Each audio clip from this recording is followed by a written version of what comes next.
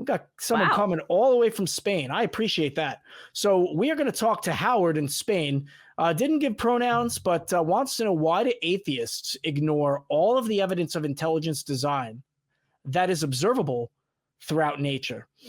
So without further ado, we're going to go to Howard. Howard, my friend, you are on with Sydney and Jimmy. How can we help you? Hey, Jimmy. Hi, Sydney. Thanks for having me on.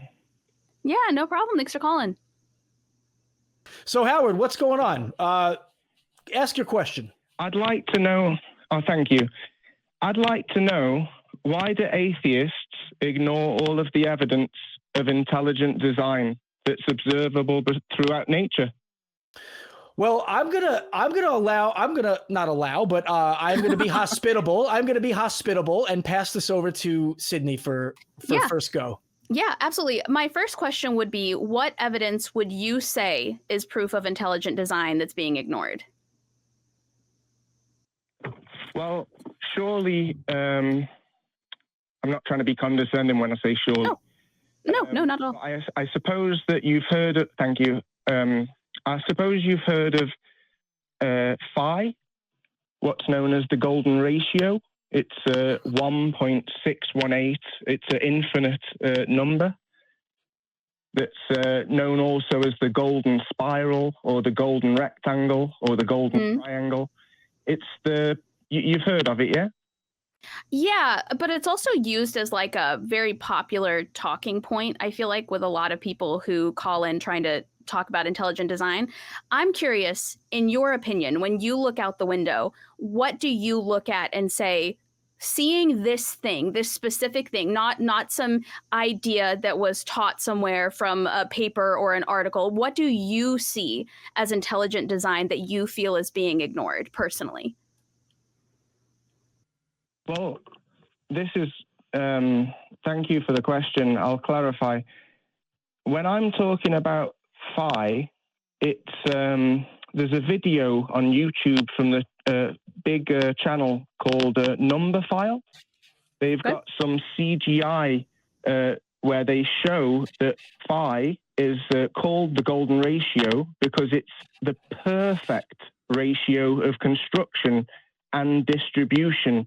So when we look at like a pineapple or a pine cone and we see this mathematic proof in nature, not just in number, we also see that the seeds, when they're distributed, like when they're spat out, or better said, when leaves grow, they grow in the golden ratio because it's the perfect rate of construction and distribution.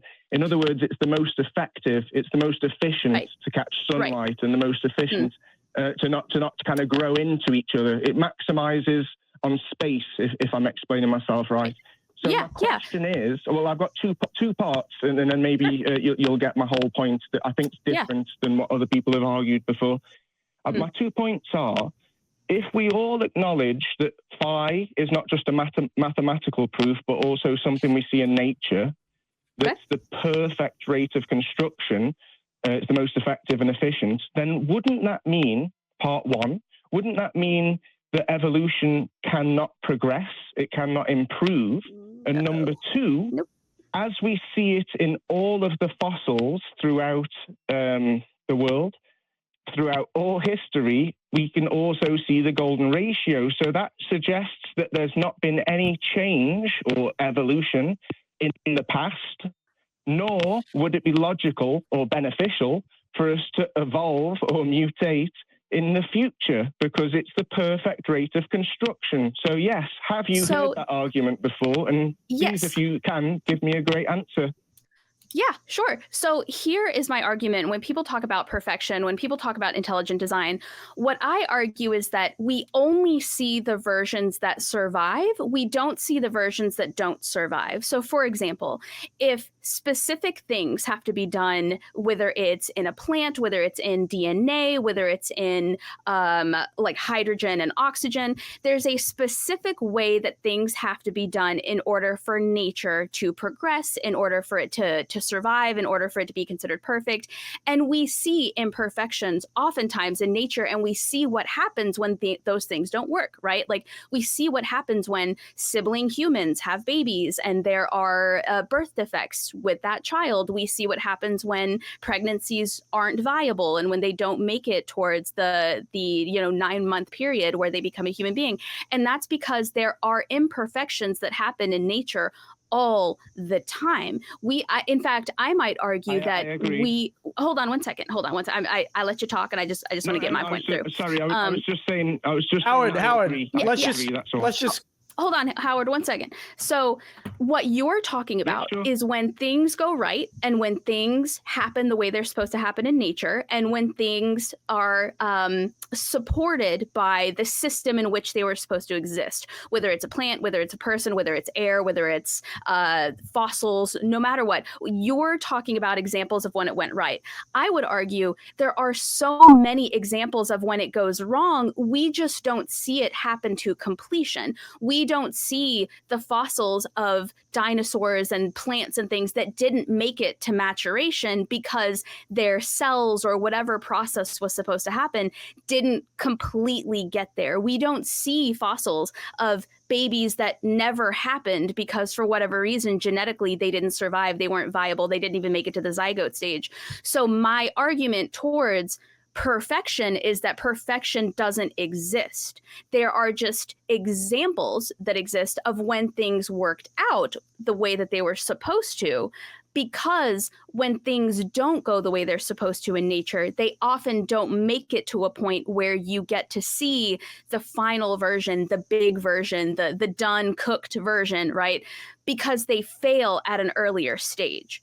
So I would argue that what you see in nature is when the math worked, but what you don't get a chance to always see is when it doesn't work, which is, I would argue, more often or more likely to be the case. And it happens all the time. Again, we just don't see it as often because what we're looking at are the perfect versions that went the way they were supposed to go. You'll never meet a person, a full-grown human being, that wasn't done correctly, right? That wasn't made, at least in a way that was supposed to survive that long.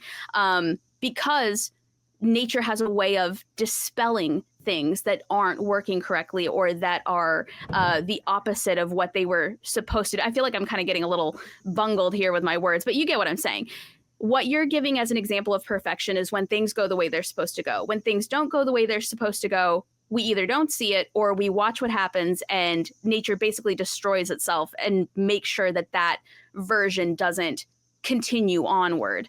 And to me, that just says science, that says nature, that says cells, that says biology. None of that says God.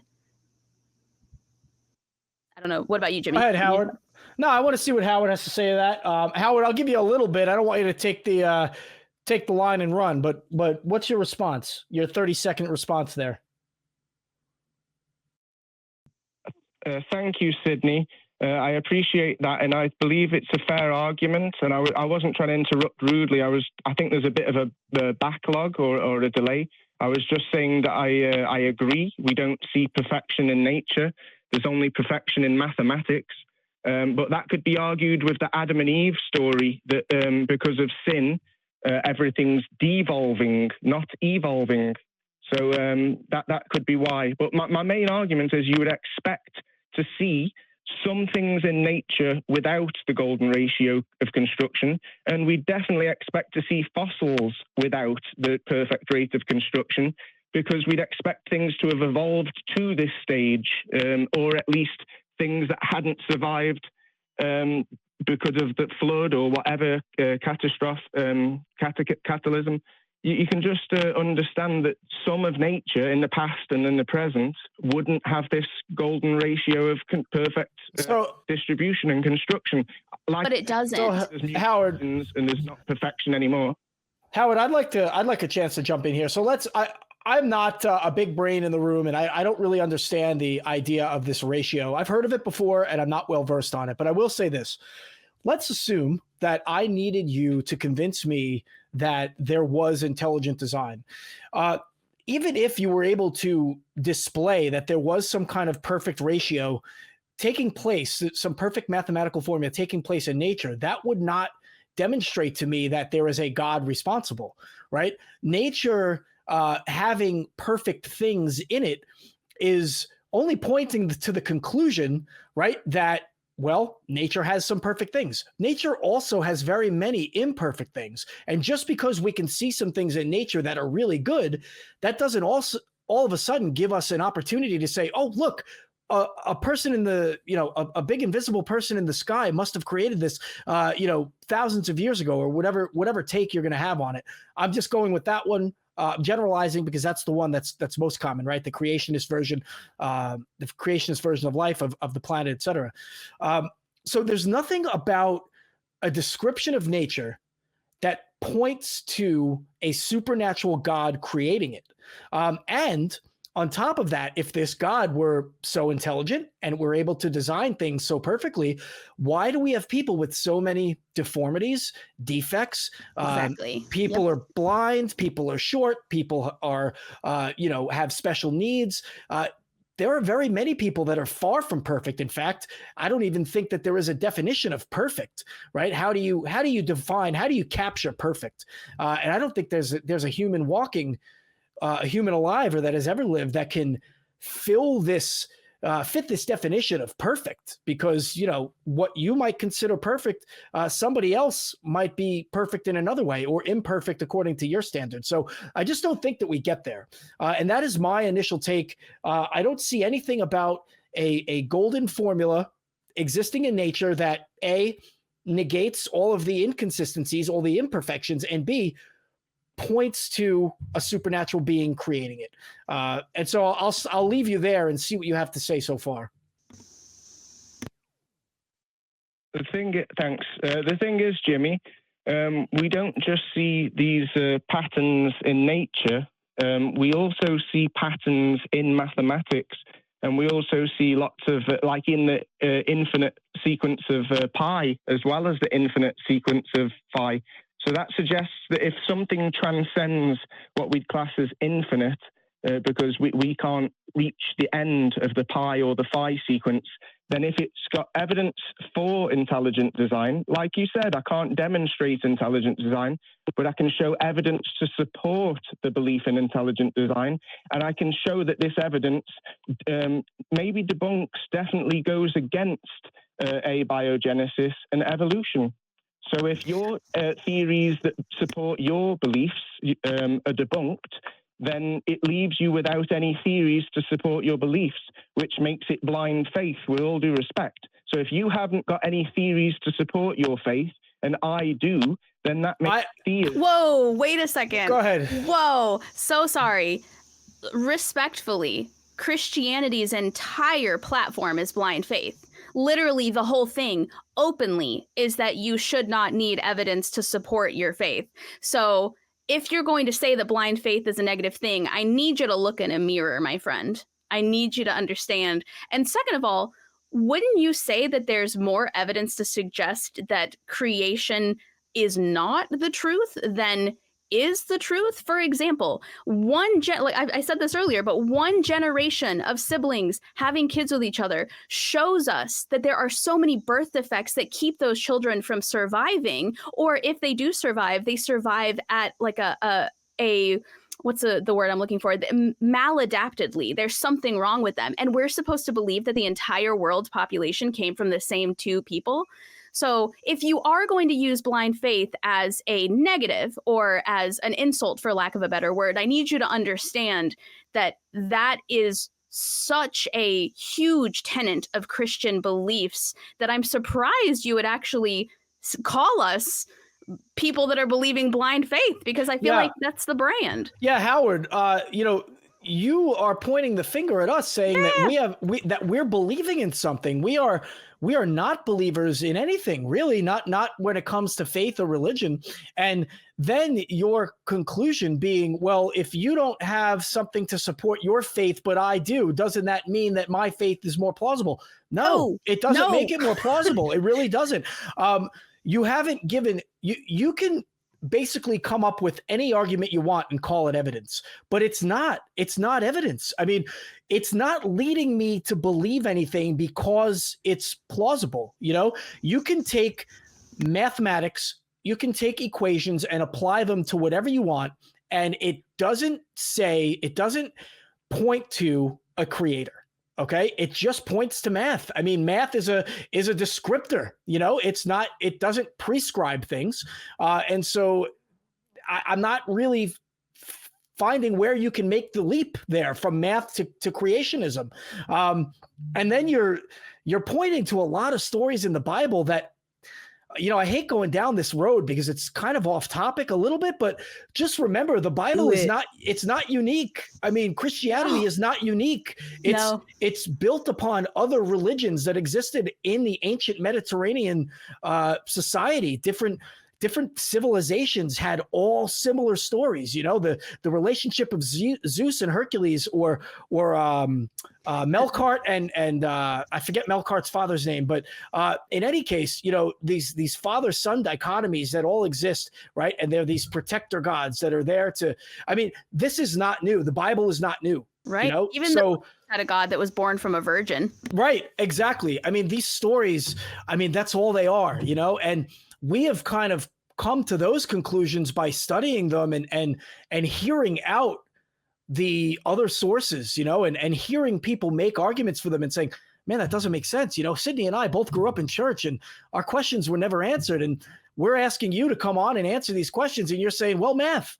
And I'm sorry, it's not getting me anywhere, Howard. It's not. And then calling it blind faith, which is your whole brand. Howard, please. Excuse me, please. You've called me a Christian.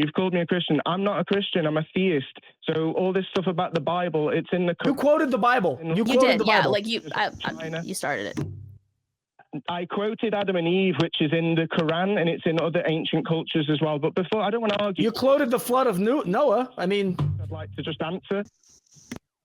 That's also in the Quran, and there's 200 myths around the world, and there's observable evidence on mountaintops, in valleys, in the coastline, and in riverbeds. But that's for another debate. But that's not true, though. But that isn't true, and you can't just posit that. Yeah. You can't just posit that and say, "But I'm going to move on," because now you've made a new claim. Right. And you know the thing is, when you have a claim like that, I have to ask, like, why are you not the most famous person in the world for discovering the truth about your God and having it peer reviewed and having professionals in that field, archaeologists, historians, other biologists and scientists going and verifying that work? Why has that not been done? Right. Me? Jimmy, can we just stick to what you said before about you brought up a new point. And then you told us we couldn't talk about it. Excuse me? You brought up a new point and then you said, but that's for a different discussion. And we're saying, no, that's for this discussion because you opened the floodgates, for lack of a better term. I don't mind opening something else, but can we first just go back to what you ignored when I said that because of free will and sin, there is now problems in creation. You didn't say anything about free will. You never talked about free will. Solution. We see mutations, which is observable evidence that we're devolving, not evolving, and we can also see that's not true. We can't see it. Toxic behavior, people's toxic behavior and pollution causes disease and birth defects. It's not. You know what? Let's talk about toxic behavior. Okay. So you're a Muslim, right? So what was it? The year 641 when the Muslim people started sweeping across northern Africa and wiping everybody out, right? Slaughtering them and beating and massacring Islam into them. Is that toxic behavior? How come you're okay with that, but you're not okay with other toxic behavior? First, you called me a Christian, then you're accusing me of being a Muslim. Please, listen, accusing me of things. You're quoting the Bible, and then you're quoting the Quran. Which is it? You're a theist. What point are you arguing here? Yeah. Because you're jumping all over. You're giving us mathematics to point to a creationist, and then you're using Adam and Eve, and you're using the Quran, and you're using the Bible. I have no idea what point you're coming from. Sydney and I are honest enough to put it all out there. Yeah. Okay. We tell you exactly who we are, and you are dropping new knowledge on us every time you make a point, and then you don't want to discuss it. And then telling us that we ignored points that were never brought up until that moment, which is just rude. Because I was talking about it before. Oh, I get offended. I'm trying to have a conversation, but if you don't want to, it's okay. No, we want to.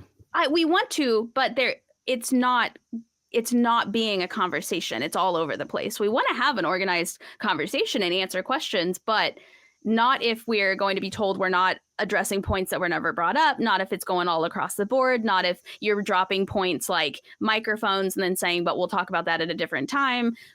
We're here to have a conversation. It just has to be a conversation, and you have to be willing to listen instead of thinking about what your response is going to be while we're taking time out of our day to give you answers.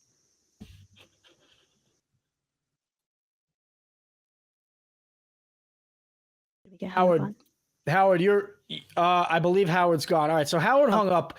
All right, so look, Sydney, my problem there is that somebody starts making an argument from a certain standpoint.